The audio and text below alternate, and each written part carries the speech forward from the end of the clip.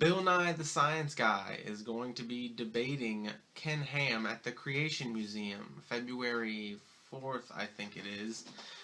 And I, for one, am really excited for this. I can't wait. I hope that Bill is on his game that day. He seems to be a very knowledgeable person.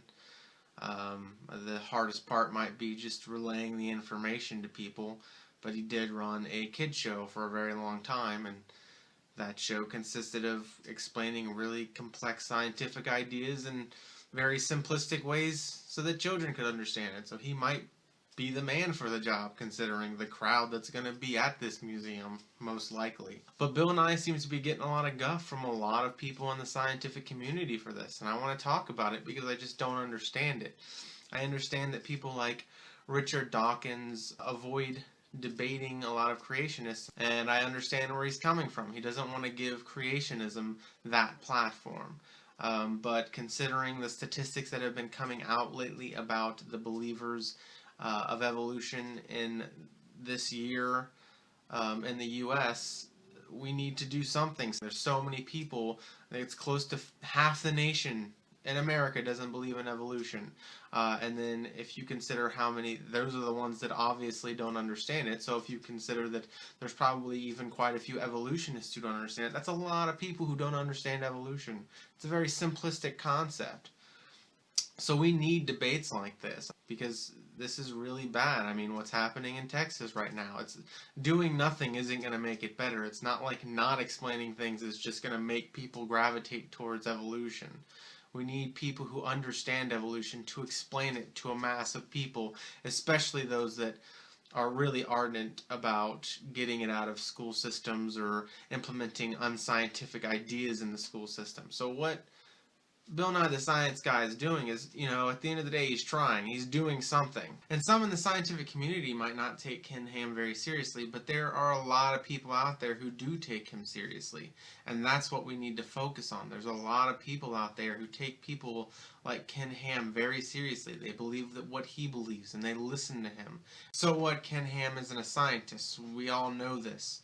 Okay, but some people do consider him scientifically minded. And these people vote. They have a say in what happens in our general lives.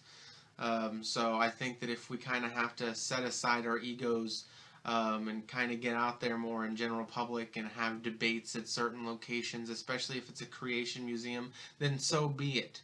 They can do so much damage, and so this is really something that needs to be handled and not just put to the side. It's unfortunately a lot more serious than that.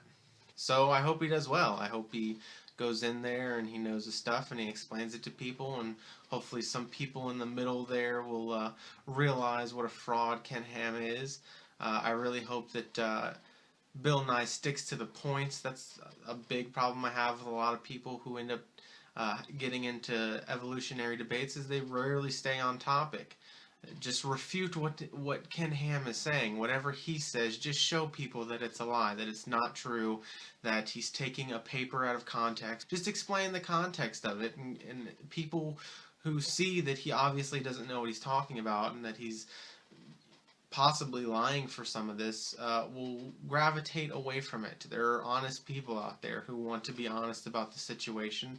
They're unsure, and they're coming here to see what comes out of this. They're coming here to see if they can be persuaded one way or another.